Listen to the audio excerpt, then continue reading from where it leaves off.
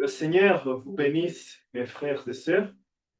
Je suis ravi encore d'être ici avec vous pour partager encore une fois sur la parole du Seigneur. Et je vais continuer avec mon enseignement sur la divinité de Jésus-Christ. Et aujourd'hui, après avoir ouvert euh, le point sur Jésus-Christ étant le Créateur et étant notre Dieu, celui qui a fait le ciel et la terre. Aujourd'hui, je vais un peu passer à un autre point qui dit que Jésus et sa parole sont un. Amen. Mais avant de quitter le point de Jésus étant le Créateur lui-même, Jésus étant Jéhovah de l'Ancien Testament, et c'est lui, Jésus-Christ du Nouveau Testament. Je vais un peu lire deux passages de l'Écriture qui se trouvent dans le livre de Daniel au chapitre 7 et aussi je vais lire dans l'Apocalypse au chapitre 1 pour conclure notre point disant que Jésus-Christ lui-même est le Créateur et Jéhovah de l'Ancien Testament, que Jésus-Christ n'est pas une deuxième personne d'une trinité quelconque comme les dénominations et les églises avec S l'enseignent, mais que Jésus-Christ n'est que nous l'autre, que le même Jéhovah de l'Ancien Testament qui a pris la chair humaine pour venir nous sauver. Parce que dans la loi de Dieu, si nous regardons dans l'Ancien Testament, la loi que Moïse a donnée aux enfants d'Israël, dans la loi de Dieu, dans la loi de la rédemption, il faut que ce soit un parent qui puisse, amen, amener la rédemption à une famille. Amen. Parce que, par exemple, si vous commettez un crime et que votre oncle vient et est témoin du crime, il peut dire non, ne faites pas du mal, ok? Ne faites pas du mal à mon fils, à mon familier, mais je vais donner une somme quelconque pour racheter mon enfant du péché qu'il a commis. Comme ça, on ne lui fera pas de mal, mais il sera racheté par le montant que je paie. C'est comme ça que Dieu devait devenir notre parent. C'est pour cela qu'il est appelé un parent rédempteur. Il devait devenir un homme. Amen. Porter la chair et le sang pour pouvoir nous racheter de nos péchés. La loi de Dieu exigeait cela, qu'il y ait un parent. Amen. Qu'il soit aussi homme pour pouvoir nous racheter. Voilà. Pour conclure alors sur ce point, on va lire Daniel 7 à partir du verset 9. Mais avant, ok, prions, prions et nous allons lire la parole. Père céleste, toi qui es vivant au siècle des siècles, toi qui es omnipotent, omniprésent et omniscient, tu savais que nous aurions ce rendez-vous. Seigneur, je prie que tu bénisses le peu de temps qu'on va passer à partager la parole. Seigneur, je prie que tu fasses descendre ton Saint-Esprit sur la parole, qu'il souffle la vie sur ces mots qu'on va dire ici, que ce ne soit pas un homme qui parle à cette congrégation, mais que ce soit toi-même, Seigneur, par ton Saint-Esprit. Enlève la chair et le sang de devant ton chemin, enlève-moi de ce chemin et sanctifie-moi par ton précieux sang, sanctifie toute personne qui va écouter cette prédication par ton précieux sang, que le Saint-Esprit ouvre le cœur, amen, de chaque personne qui recevra cette prédication et que la personne soit bénie au-delà de toute mesure. Nous te le demandons au nom du Seigneur Jésus-Christ. Amen. Merci Seigneur. On va lire donc dans Daniel 7 au verset 9. Écoutez, Daniel 7, verset 9. Je regardais pendant que l'on plaçait des trônes, et l'ancien des jours s'assit. Son vêtement était blanc comme la neige, et les cheveux de sa tête étaient comme de la laine pure. Son trône était comme des flammes de feu, et les roues comme un feu ardent. Alléluia. Voilà. Vous avez vu la description qui y est donnée. Je regardais pendant que l'on plaçait des trônes. Et l'ancien des jours. Amen. Celui qui est au commencement des jours. Au commencement, Dieu créa les cieux et la terre. Au commencement était la parole. Et la parole était avec Dieu. Et la parole était Dieu. Alléluia. Celui qui est au commencement des jours. Celui qui est au commencement. Et l'ancien des jours, son vêtement était blanc comme de la neige. Et les cheveux de sa tête étaient comme de la laine pure. Remarquez, de la laine pure. Son trône était comme des flammes de feu et les roues comme un feu ardent. Alors nous allons passer directement à Apocalypse 1 pour voir que la même personne qui est décrite ici en Daniel, c'est la même personne qui rencontra Jean sur l'île de Patmos.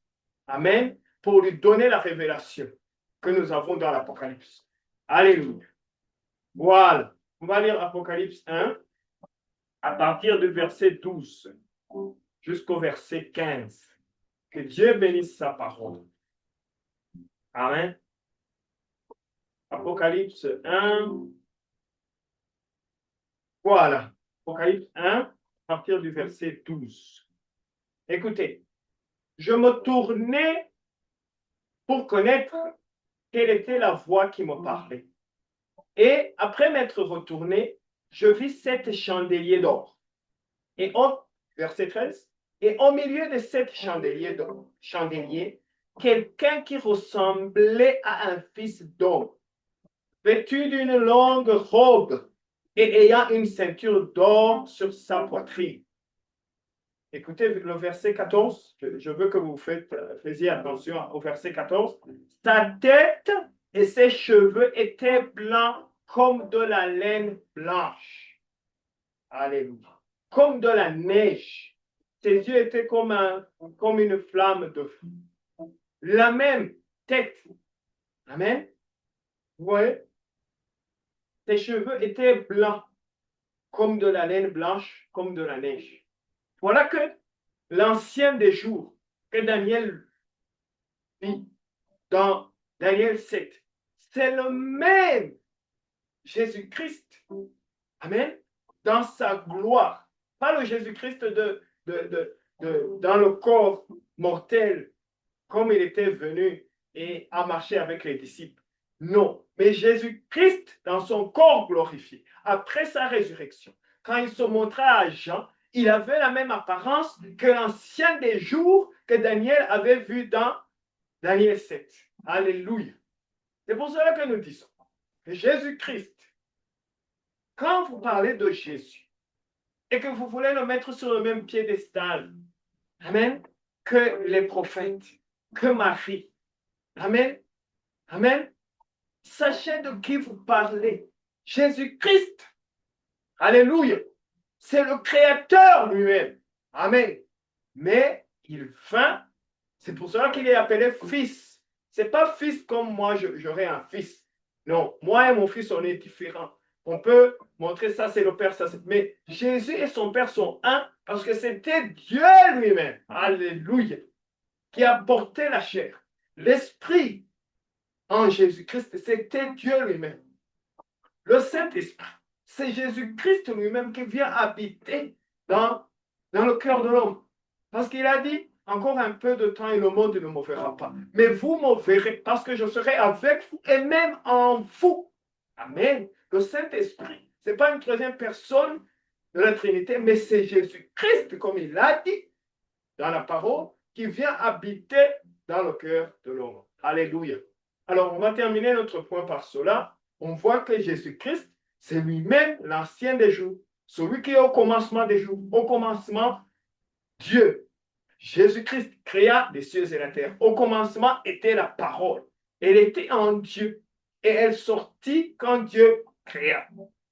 C'est pour cela que la Bible dit que tout a été créé par lui et pour lui. Quand Dieu dit, Amen, quand Dieu dit que le soleil soit, ça c'était Jésus-Christ. Dieu a fait sortir la parole qui était dans ses pensées. Jésus-Christ était dans ses pensées. Mais il a exprimé, Amen, cette parole est sortie. Amen. Que le soleil soit, et le soleil fut. Que la lune soit, que la terre soit.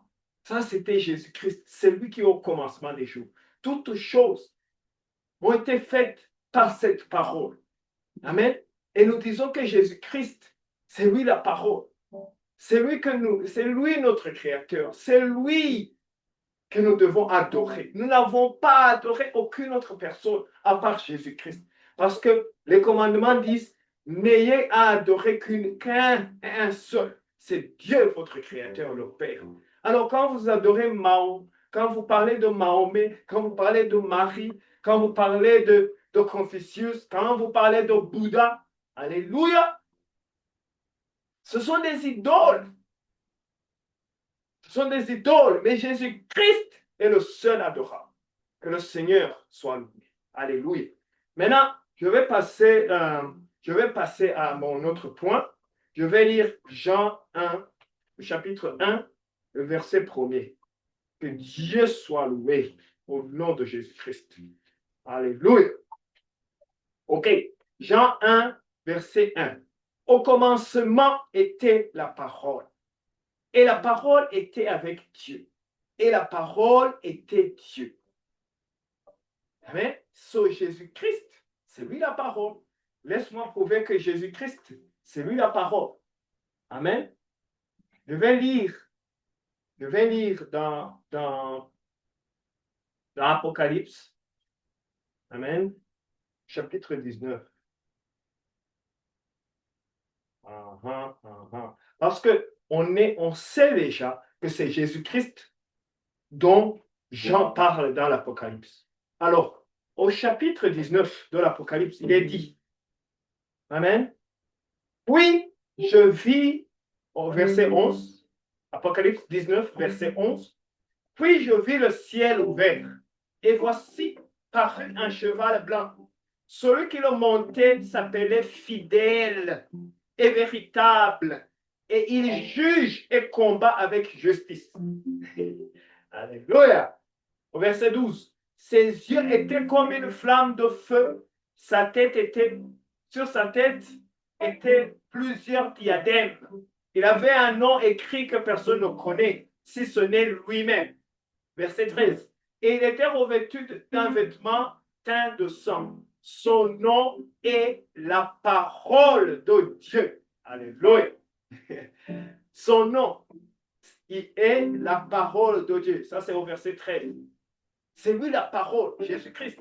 Et on voit ici, au commencement était la parole.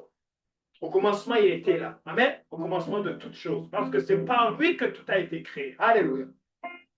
Et la parole était avec Dieu. Et la parole, Jésus-Christ, était Dieu. Ça, ce n'est pas un enseignement qui vient de mes pensées. S'il vous plaît. Ce n'est pas de la psychologie. Ce n'est pas de la théologie.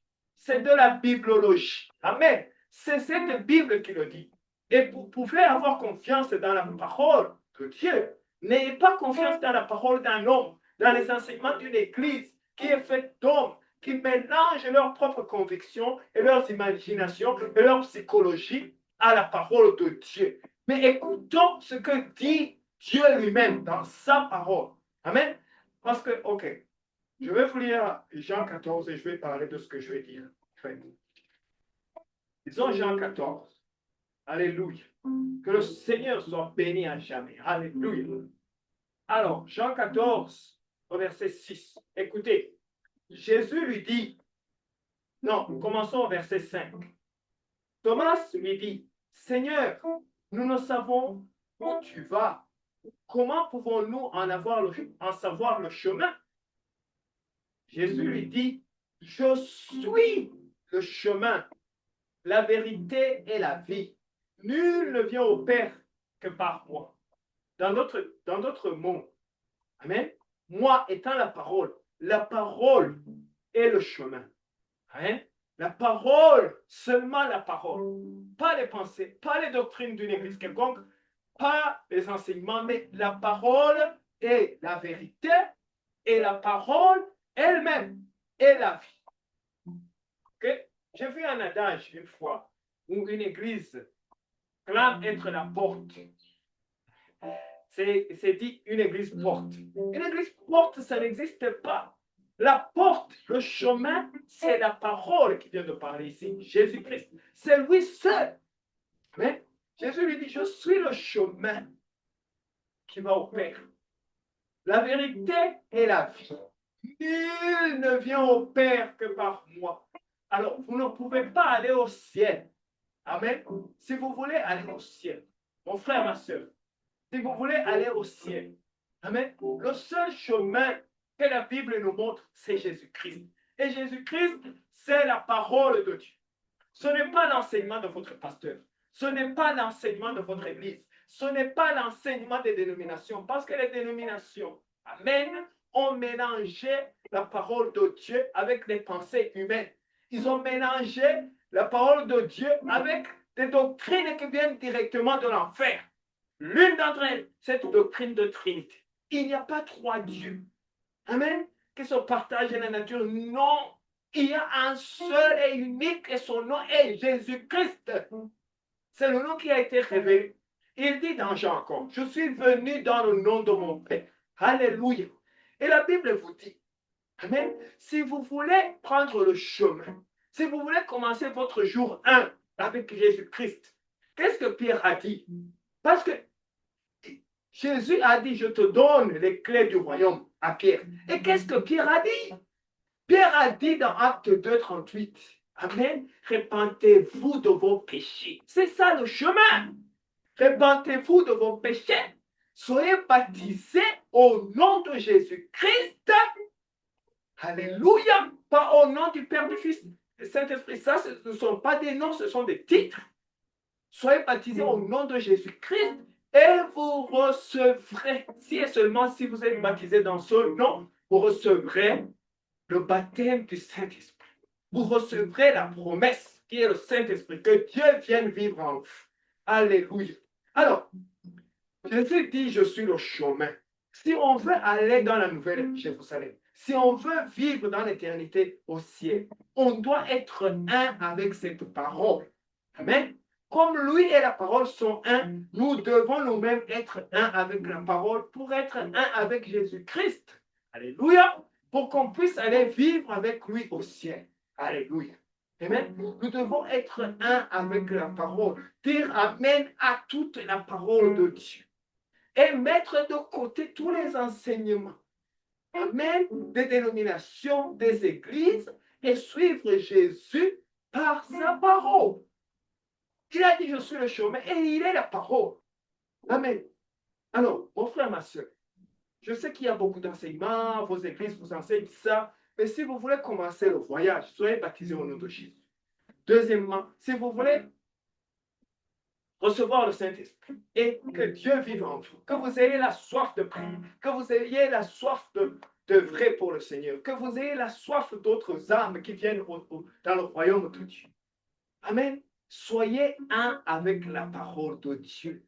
Suivez tout ce que la parole dit. Amen. Vous avez Marie. Amen. Que les gens veulent donner une autre identité. Marie.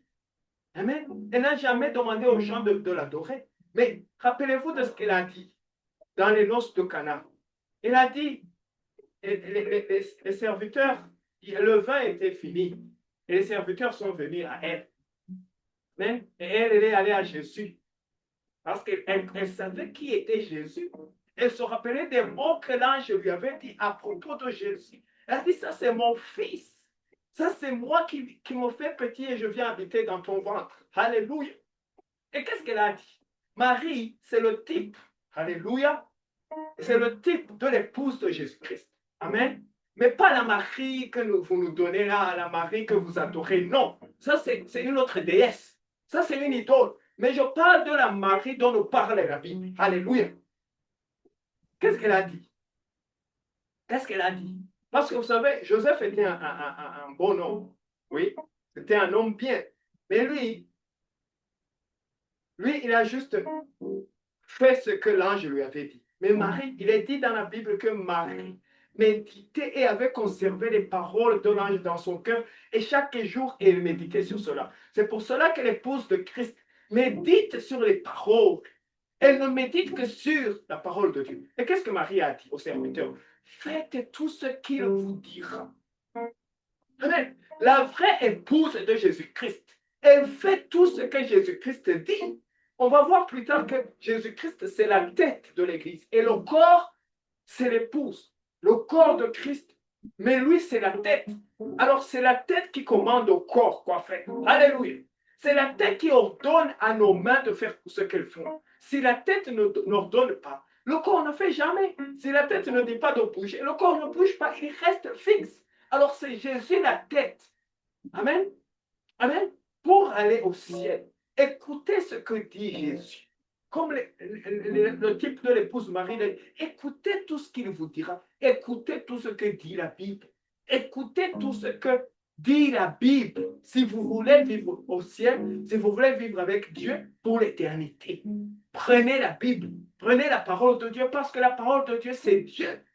C'est mon enseignement. Dieu et sa parole, ils sont un. Ça, c'est Dieu. C'est pour ça que lisez la parole, mangez la parole. Parce que plus vous mangez, plus Dieu grandira en vous. Oh mon Dieu. Je parlerai de Jésus depuis le matin jusqu'au soir parce qu'il est long, il est large. Alléluia. Jésus-Christ et sa parole sont un. Que Dieu vous bénisse. Nous allons continuer par là. Et je vous aime. Si je ne vous aimais pas, je ne vous annoncerai pas la vérité. Alléluia. C'est par amour que je vous annonce la vérité. Que Dieu vous bénisse au nom de Jésus-Christ. Shalom.